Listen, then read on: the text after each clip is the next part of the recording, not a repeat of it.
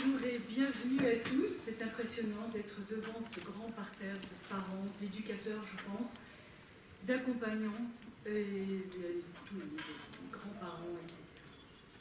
Nous allons donc continuer sur le sujet de l'accompagnement dans toutes ses dimensions, dans tous ses états. Et le professeur Rétoré nous a mis déjà sur ces chemins de l'accompagnement.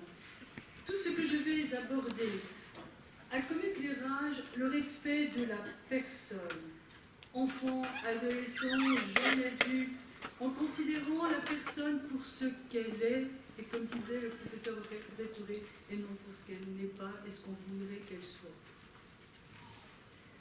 Voilà l'éclairage de mon propos. Et pour des raisons de simplicité, le mot élève désignera enfant, adolescent, jeune adulte. Dans le mot élève, la dynamique est telle qu'on ne voudrait pas s'en priver. Quand on est parent, on élève ses enfants. Quand on est enseignant, nous avons nos élèves à enseigner. Et quand on est professionnel et qu'on a des adultes déficients intellectuels, eh bien l'objectif est de les emmener plus loin encore dans leur développement. Donc on les élève. Donc le mot élève, je le donne avec toute sa noblesse. Alors je dis aussi que cette présentation eh bien, est à la fois générale et particulière parce que elle couvre les points que je vais aborder s'adaptent à toutes les institutions au sens large du terme, que ce soit l'institution scolaire, alors familiale évidemment, scolaire, ordinaire ou spécialisée, professionnelle en milieu ordinaire ou en milieu spécialisé.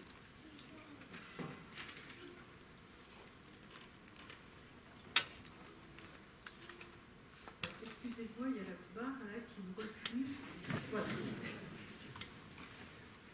Voilà ce que j'ai choisi de traiter aujourd'hui, l'accompagnement sur les chemins des apprentissages. J'ai tout mis au pluriel.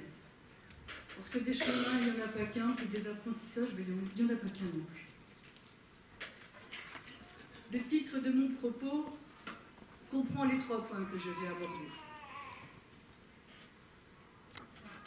L'apprentissage. Je vais commencer par le dernier.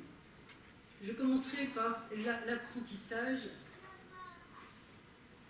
Qu'est-ce qu'apprendre? Qu'est-ce que ça veut dire, apprendre? Et puis, par quoi on passe quand on apprend? Ensuite, j'aborderai le sujet du projet individualisé. Un projet, je pense, qui vous est cher. Un sujet qui vous est cher, quelque chose dont on parle souvent. Quelquefois, finalement, je l'ai, dans certaines situations, appelé l'arlésienne, vous savez. Tout le monde en parle, mais personne ne le voit. Donc, c'est vraiment quelque chose de fondamental. C'est le projet individualisé qui détermine les étapes, qui donne la direction. Et c'est indispensable. Ça évite d'aller dans tous les sens. Puis le pauvre bout de chou, là, le pauvre adolescent au milieu de tout ça, qu'il sache un petit peu par où il va aller. Et en donnant aussi ses choix. Le concept d'accompagnement viendra ensuite tout naturellement se poser sur nos chemins. L'accompagnement indispensable. L'accompagnement ferment de toute action pédagogique et éducative qui permet de faire progresser la personne accompagnée sur chacun de ses chemins d'apprentissage, à son propre rythme et en fonction et au respect de ses capacités, et uniquement au respect de ses capacités. Tire pas sur une fleur pour qu'elle pousse plus vite, à n'importe quelle période de sa vie. Évidemment, tout ça fait un grand bout de route, un long chemin, et nous allons emprunter ces chemins-là. Alors, Ce que je veux dire aussi, c'est que le choix de ma photo, là, ce n'est pas seulement esthétique, ce n'est pas non plus un souvenir de vacances. J'aurais bien aimé, mais non. Mais je l'ai choisi, je pense que vous l'avez compris pourquoi. Parce que le chemin, j'ai pas pris d'autoroute, vous voyez, j'ai pris des lacets. Et puis, ça concrétise vraiment l'accompagnement, la direction que nous prenons avec nos enfants, avec nos élèves. Alors, je vous donnerai bien sûr des exemples qui ont émaillé ma vie professionnelle d'enseignant spécialisé. Je ne m'étendrai pas trop, mais j'en ai quand même pas mal. Apprendre. Apprendre,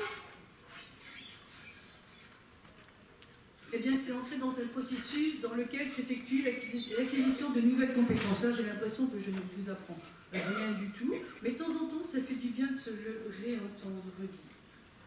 Et c'est aussi combiner le connu et la découverte. Alors ça, je crois qu'il ne faut jamais l'oublier. Combiner le connu et la découverte. C'est pas apprendre, ce n'est pas seulement transformer l'inconnu en connaissance. Parce que là, on se plante, si vous me permettez l'expression, avec nos élèves. Mais c'est la conjonction de la renaissance et de la découverte. La conjonction de la renaissance, quand je dis renaissance, c'est d'aller chercher ce que l'on sait déjà. Faire renaître déjà ce qu'on a dans sa tête, ce qu'on sait approprier. Apprendre comporte nécessairement l'union du connu et de l'inconnu. On doit garder ça en tête. Vous savez, quand il y a des sites comme ça d'apprendre quelque chose, mais si ça ne fait pas d'ancrage, s'il n'y a pas d'écho, il va y avoir des répétitions identiques. Y aura-t-il appropriation? J'en suis beaucoup moins sûre.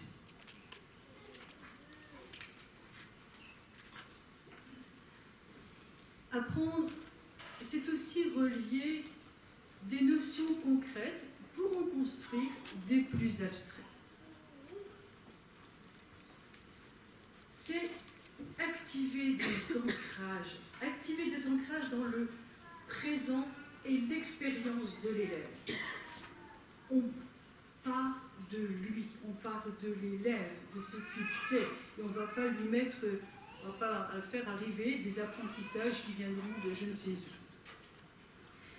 C'est la condition pour envisager des acquisitions qu'on veut durables, pour qu'ils s'en imprègnent, pour qu'ils fassent des relations entre les choses. C'est partir donc de ce que l'élève s'est déjà approprié. Et je ne dis pas de ce qu'il sait déjà. Parce qu'il y a une différence entre s'être approprié et savoir des choses. Vous savez, j'en ai vu des élèves, j'ai eu de nombreux élèves avec une trisomie 21.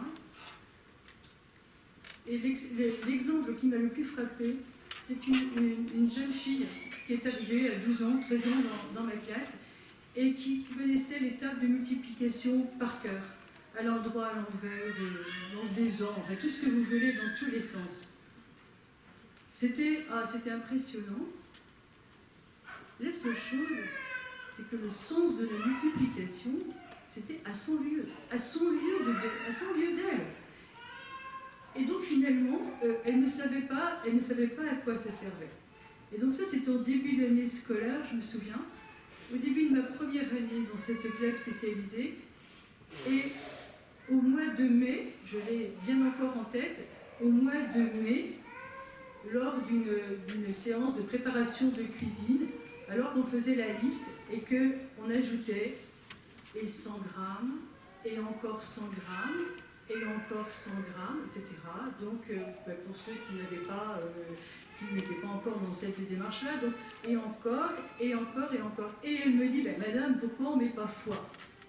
Ah ben, je dis, oui, c'est vrai, là, tu as franchement raison, pourquoi on ne met pas foie? Et vous voyez, il lui a fallu de la rentrée scolaire jusqu'au mois de mai pour s'approprier le sens de la multiplication. Et c'est venu tout doucement, tranquillement, mais par la répétition, par la variété des situations qui nous ont permis d'acquérir cette notion-là.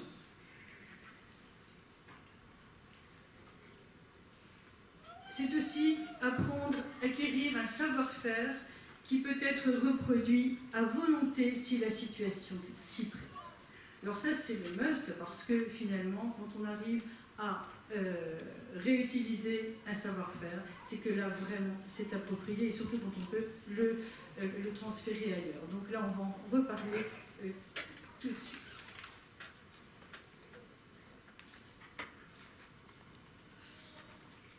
Dans le fait d'apprendre, eh bien, il y a une grande première chose, c'est agir. Agir pour comprendre.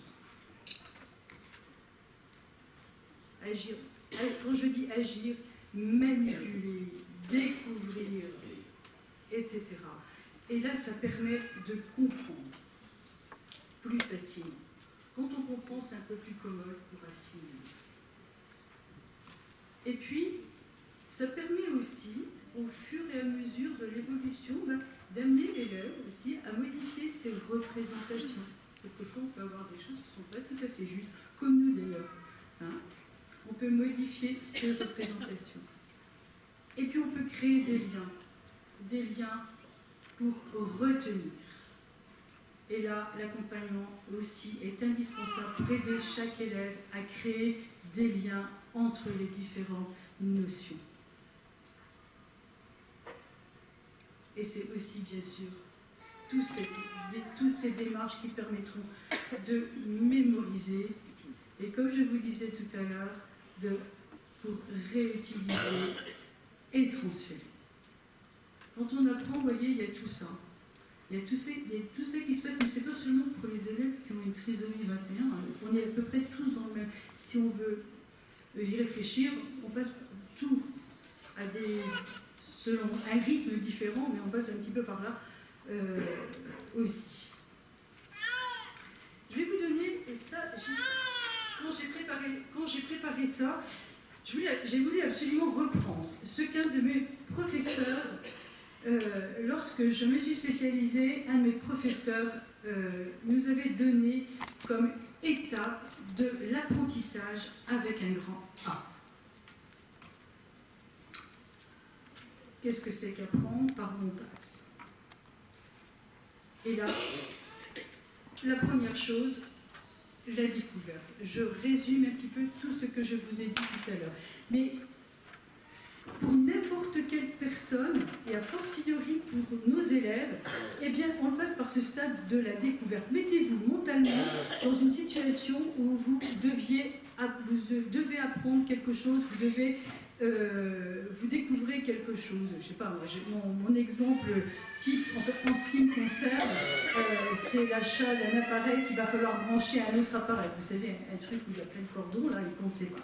Donc, on découvre, on retourne la boîte, on tourne le truc, et on tourne l'appareil, et on cherche où se trouve le bouton off. Et ensuite, on découvre les sachets de cordons, on ne sait même pas où on va les mettre. Et on découvre, et on n'a pas d'autre objectif, il n'y a même pas d'objectif, c'est de découvrir qu'est-ce que je vais faire de... Enfin, tout ça, quoi. Il y a plein de choses.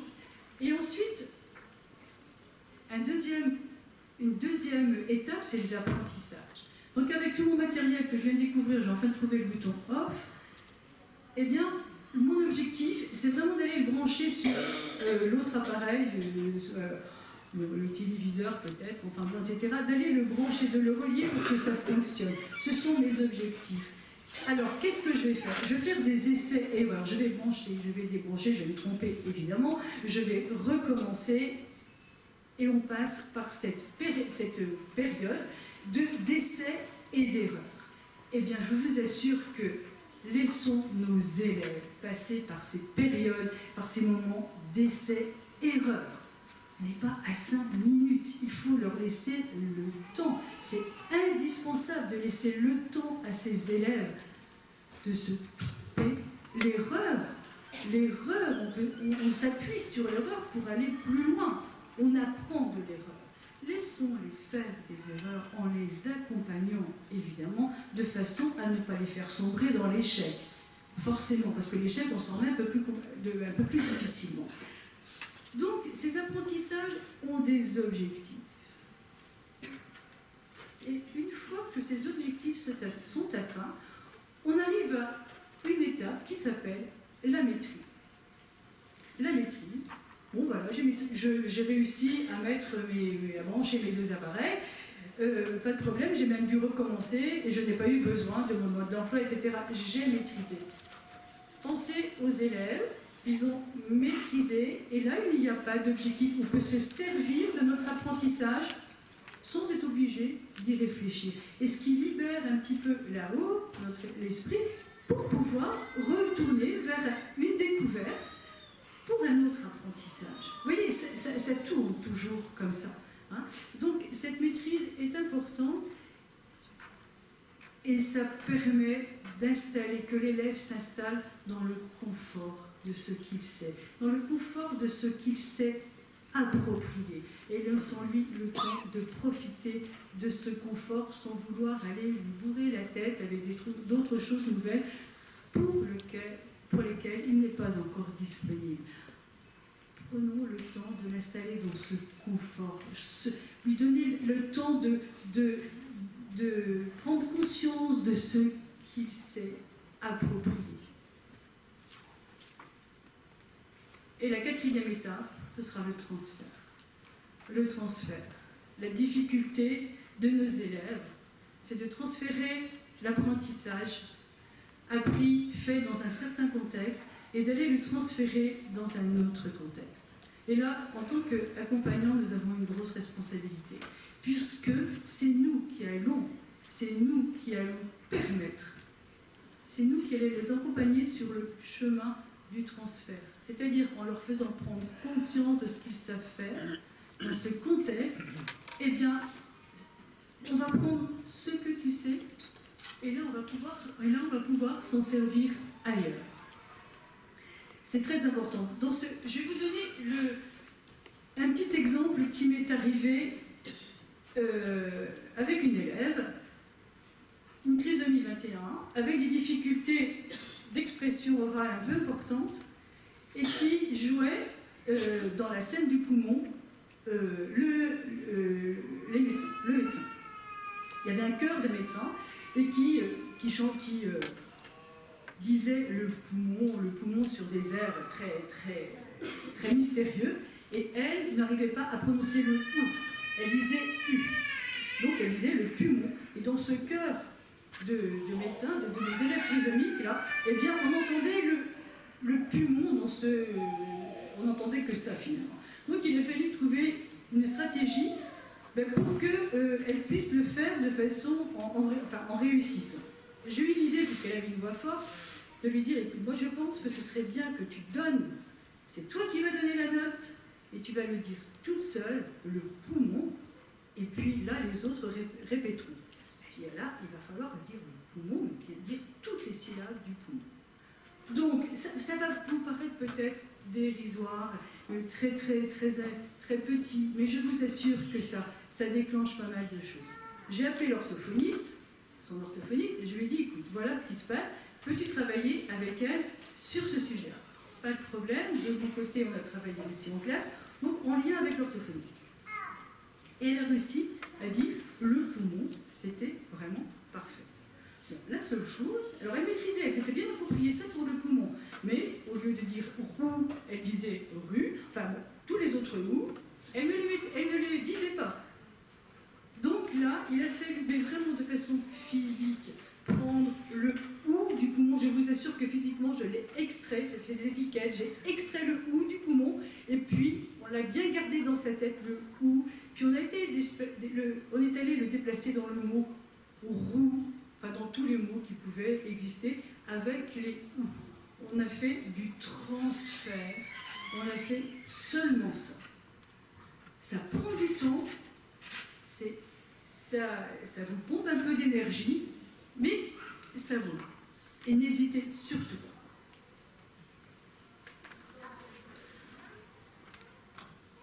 pas. Alors, tout ça pour vous dire qu'à l'école, l'école ou ailleurs, on peut apprendre. Mais aussi, il faut apprendre à apprendre.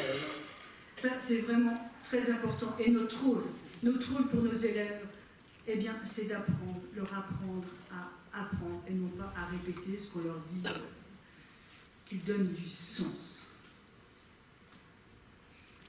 Et celui qui veut enseigner, alors qu'on soit n'importe quel, qu'on soit parent, qu'on soit enseignant, qu'on soit éducateur, eh bien lui, il a une charge supplémentaire aussi, c'est d'apprendre à apprendre et à apprendre. C'est vraiment très important. Nous allons passer maintenant au deuxième sujet qui est cher, le projet individualisé.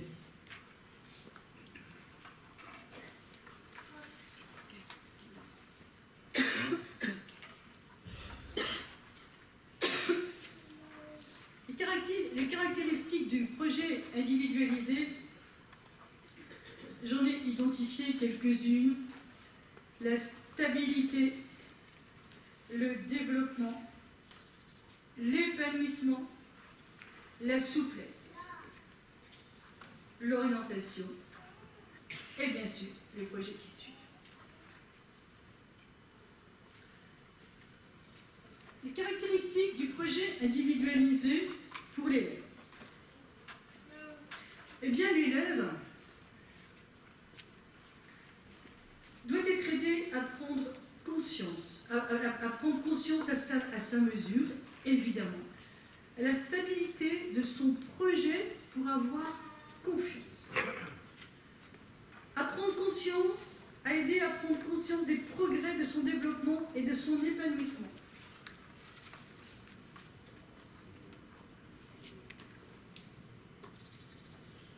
Il doit être aidé également.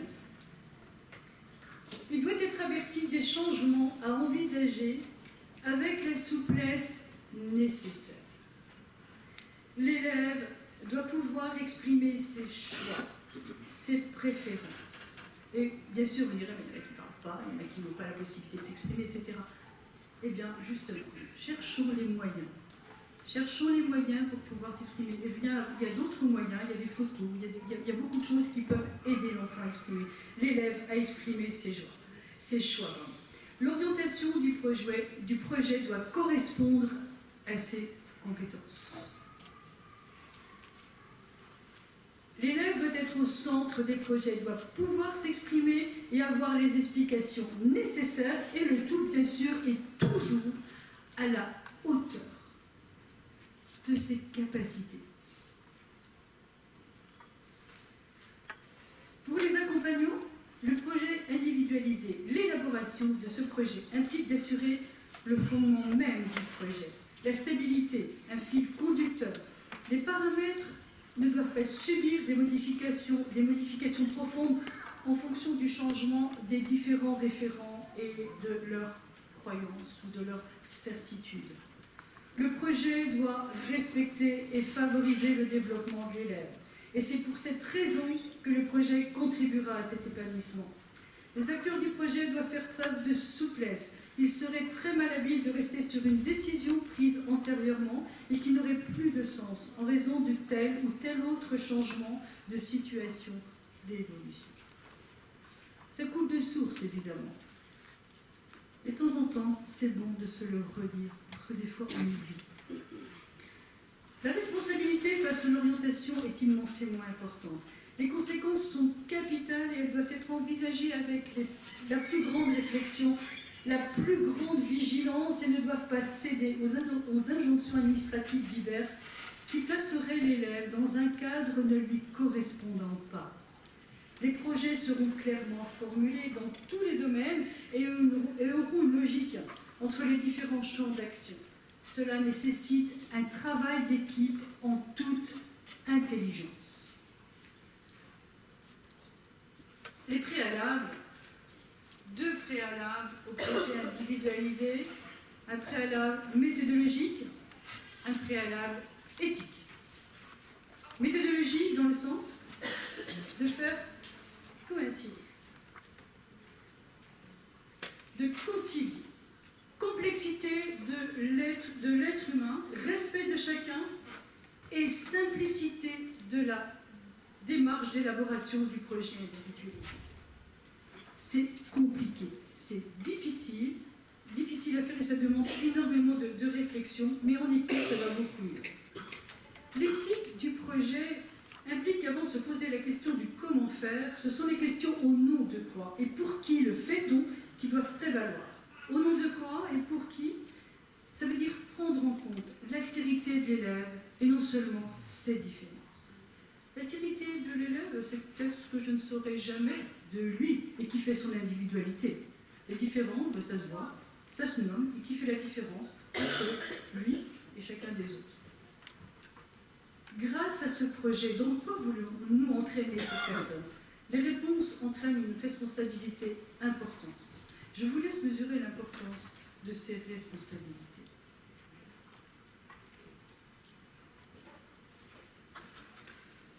Les principales fonctions du projet individualisé, eh bien, matérialiser la pensée et déterminer la direction. Matérialiser la pensée, et on va le faire comment? Eh bien, en écrivant, en communiquant cette pensée par l'écriture.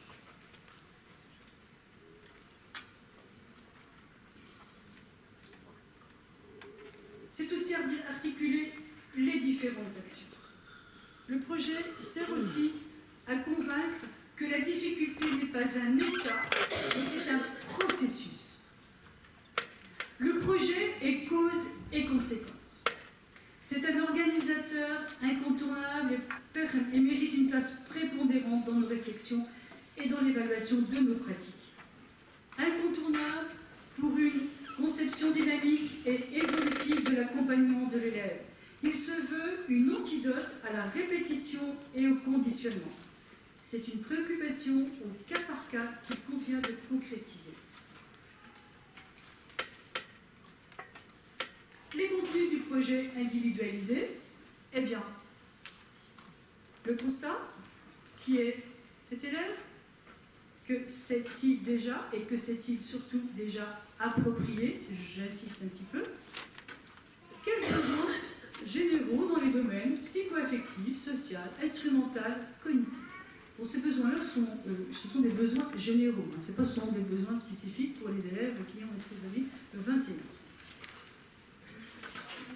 Eh bien, quand on se pose ces questions-là déjà, eh bien, finalement, notre élaboration se met en marche, se met en route.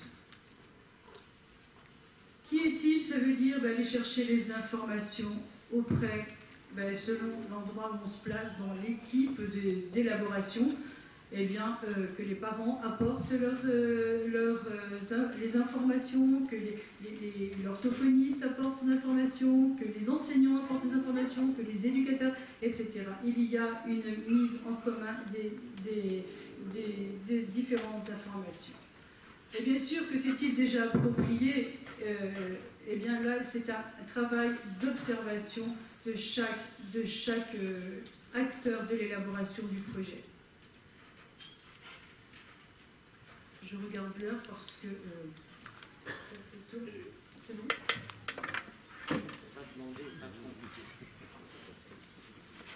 Oui.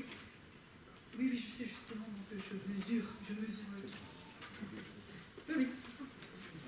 Donc, les besoins généraux dans les différents domaines. Donc là, on aura des réponses. L'observation sera focalisée sur comment réagit-il, sur l'estime de soi, comment gère-t-il ses émotions, etc. Pour le social, comment agit-il dans le groupe, et puis aussi, il y aura le rapport à la loi. Hein, comment se réagit-il vis-à-vis d'un règlement, etc. Instrumental, eh bien, tout l'instrument, la lecture, l'écriture, etc., les mathématiques, selon le niveau où il se trouve, hein, et l'âge qu'il a aussi, donc je vous dis, ça c'est très général, et le cognitif.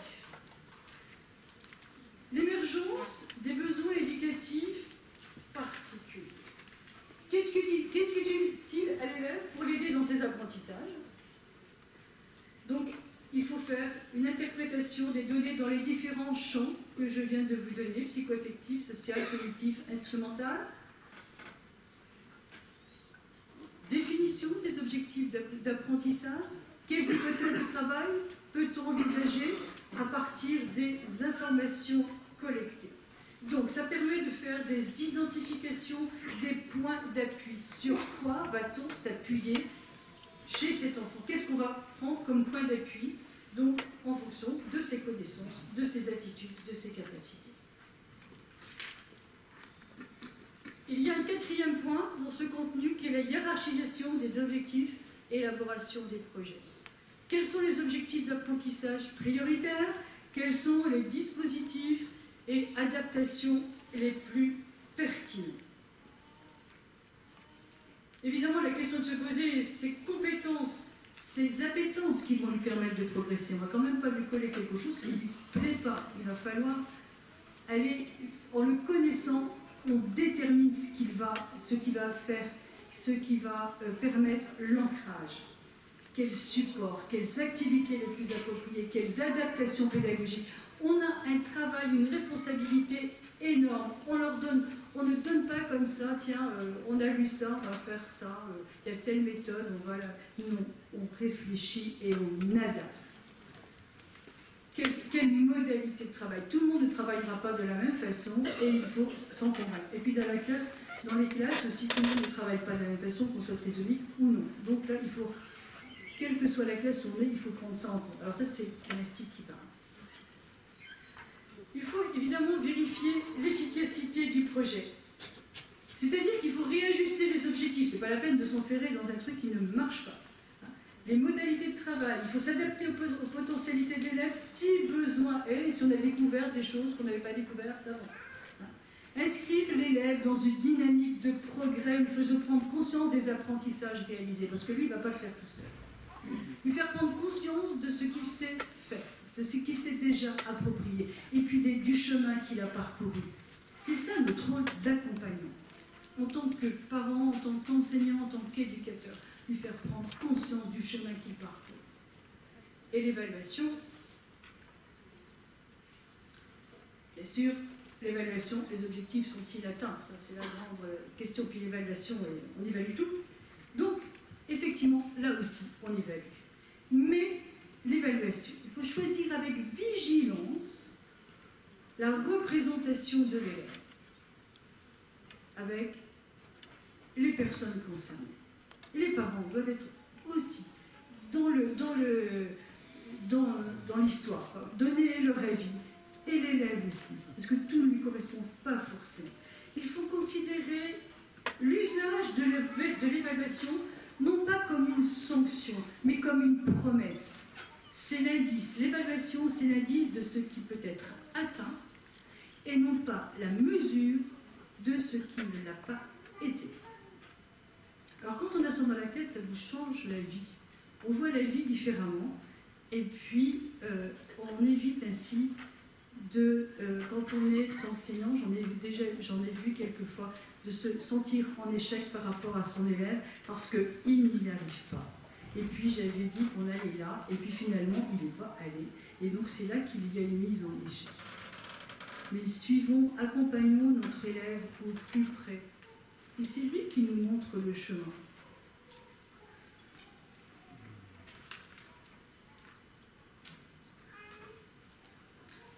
Le projet individualisé, donc c'est un outil d'apprentissage, d'information et de concertation.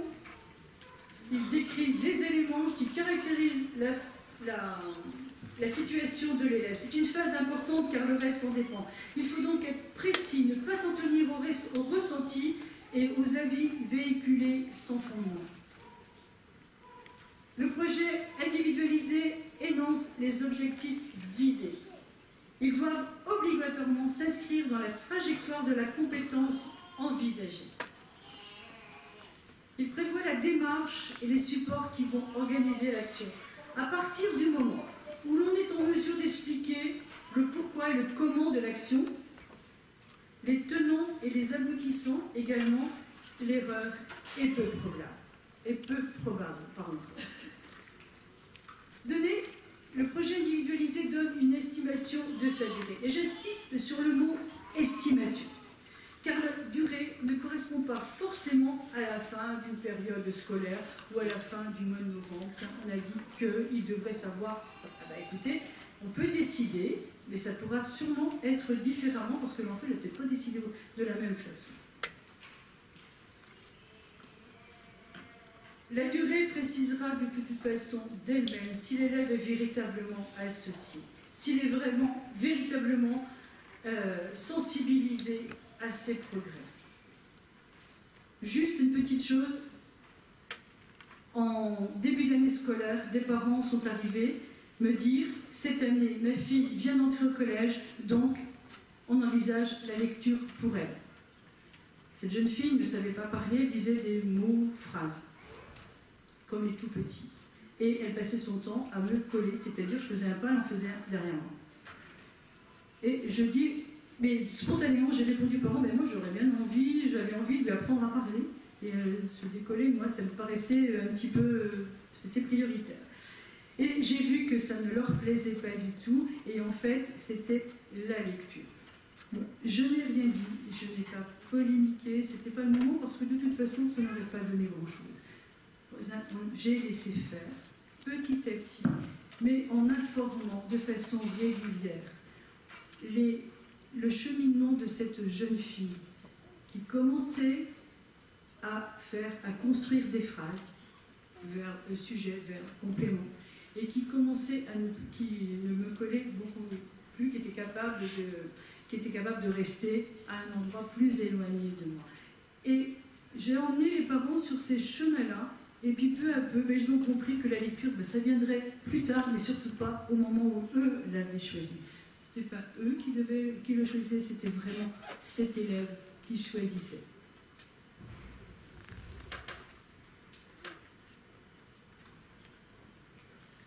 Le projet individualisé indique également les modalités donc, de son évaluation. Et là, l'évaluation, observation, est quant à moi la plus précise par rapport aux apprentissages que l'élève fait.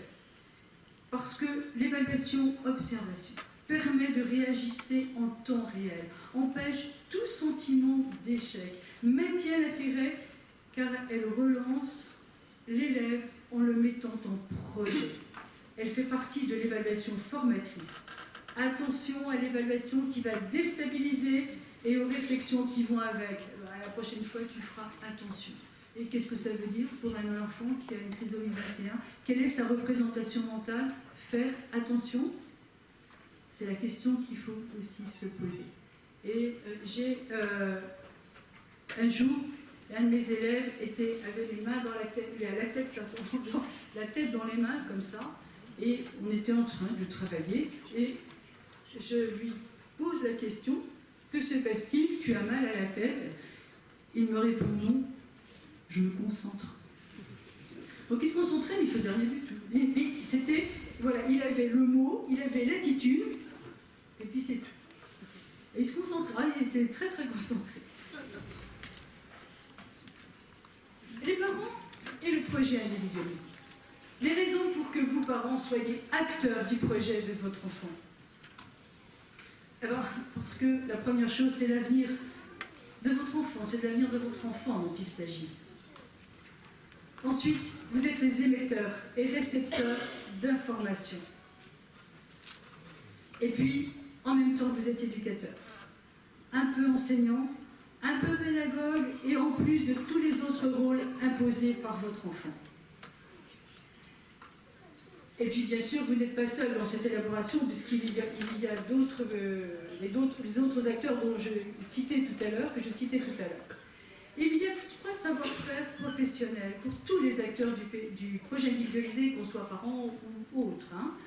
Ça veut dire, ce que je veux dire, c'est savoir dire et expliquer à un niveau adapté à l'interlocuteur. Éviter de se cantonner, et nous les enseignants, et là je bats ma coupe, on est un petit peu fort dans cet art-là, de se cantonner à son jargon professionnel. Les conséquences, parce qu'évidemment, ça entraîne des conséquences, parce qu'on veut avoir des bois élevés, battre la galerie, on veut noyer le poisson, etc. Mais ça crée des situations ambiguës, ça crée de l'incompréhension, puis forcément, bah, ça crée des tensions. Donc on évite ça. Qui que l'on soit comme acteur dans le projet individualisé. Il faut savoir composer avec l'environnement. Attention, comme disait le professeur tout à l'heure, attention vraiment aux simplifications maladroites concernant un savoir parfois divulgué de façon très erronée. Donc attention aux articles pseudo, je ne sais quoi, médicaux, pseudo-psycho, enfin bon, etc. Bon, je caricature un petit peu, mais on ne prend pas tout pour argent comptant. Il faut vraiment s'entourer, et s'il y a des acteurs dans le projet individualisé, c'est vraiment pour ça. Et puis, j'en ai passé un, mais je voulais aussi savoir considérer l'amateurisme. Parce que chacun des acteurs possède des rudiments d'enseignement, des rudiments de médecine, des rudiments d'orthophonie, des rudiments de tout ce qu'on veut. Et on peut en parler en faisant des erreurs. Et bien que chaque spécialiste ait la simplicité d'expliquer, de réorienter, de donner une explication, tout simplement. Des conditions sont nécessaires pour favoriser et maintenir l'existence des liens entre les différents partenaires du projet. C'est-à-dire de passer de la cohérence à la cohérence. La phrase, l'expression n'est pas de moi, mais c'est une tendance importante. L'existence des liens entre les différents partenaires, le respect des territoires. Rien de plus dévastateur que d'entrer dans la vie privée. Le respect des légitimités. Chacune des institutions, au sens large du terme, j'entends, des parties prenantes, si vous préférez, eh bien, s'inscrivent, chacune des institutions s'inscrit dans un cadre social établi, stable et structuré, porteur de valeurs éthiques, et que l'on se doit, chacun en tant qu'acteur, de prendre en compte. La reconnaissance des buts partagés, puisque chaque personne, chaque spécialiste, chaque acteur, eh bien, ne prend en compte qu'une facette de la personne. Il est donc indispensable de bien clarifier les rôles et les enjeux de chacune d'elles pour éviter le mélange des genres. La position dans ces différents rôles, reconnaître l'élève, le parent, avoir toujours à l'esprit une centration sur l'apprentissage. C'est quand même de l'élève qu'on parle. Considérer chacun dans sa dignité, ses attitudes, ses savoirs et ses hésitations. Le projet individualisé est un arbre de transmission qui articule et rend cohérent les actions de chacun. Et j'en arrive au dernier point, qui est l'accompagnement, bien sûr, parce que tout ce que je viens de vous dire, ça s'accompagne. L'accompagnement. Et là, vous voyez, mes lacets sont importants. C'est quoi l'accompagnement? Eh bien, c'est ni plus ni moins un ensemble de ressources et de stratégies qui visent à développer, à promouvoir le développement, l'éducation, le bien-être d'un élève, d'une personne. Pourquoi? Eh bien, tout simplement, pour améliorer son fonctionnement individuel. L'accompagnement réfère à un état où quelque chose est manquant. S'il n'y avait pas de manque, accompagnement. Et c'est là qui est ça, c'est très important. Mais l'accompagnement, une triple analyse. Une analyse contextuelle, c'est tout simple. Qui, quoi, pourquoi. Une analyse systémique en lien avec qui, et une analyse épisodique à quel moment. Ça vous cadre, ça vous donne le rythme de l'accompagnement. Les notions indispensables pour une démarche d'accompagnement. L'écart entre le fonctionnement de l'élève et celui attendu compte tenu de son environnement. Eh bien, Je disais tout à l'heure, c'est jeter un pont entre ce qui est et ce qui pourrait être. Et ce pont, c'est nous les accompagnants. Et cet écart, en fait, c'est ni plus ni moins une situation de handicap. Plus l'écart est important entre ce que l'élève est en mesure de faire et ce qu'on lui demande de faire, eh bien, plus la situation de handicap sera importante. Donc finalement, vous l'aurez bien compris, si on veut réduire la situation du handicap, eh bien, il faut se demander, il est là, il faudrait qu'il aille là, qu'est-ce que je vais mettre en place comme étayage pour l'aider à traverser ce pont. Donc ça nécessite une planification juste et une application pertinente. Là, on n'est pas dans l'amateurisme, il faut vraiment poser les choses, parce que si les pierres sont mal posées, ça risque de se casser la figure. Il faut une compréhension du type d'accompagnement, mesurer l'intensité au regard des capacités de l'élève et non de ses incapacités. On s'appuie sur ce que l'élève sait faire. Qu'on soit parent, qu'on soit enseignant, éducateur, professionnel, on doit s'appuyer sur ce que l'élève sait faire. On n'a jamais construit sur un trou. Et on peut toujours essayer, le résultat, on le voit très vite. Tout s'effondre. On construit sur du solide, sur du dur. Il faut identifier également les systèmes d'accompagnement requis pour améliorer le fonctionnement et les résultats personnels de l'élève. Donc c'est ce que je vous disais, faire très attention à nos choix.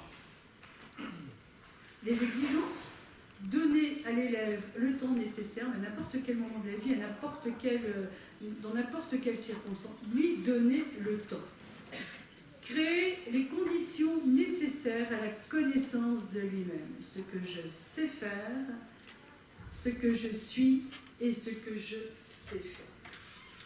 Et j'ajoute aussi ce que je m'autorise à faire.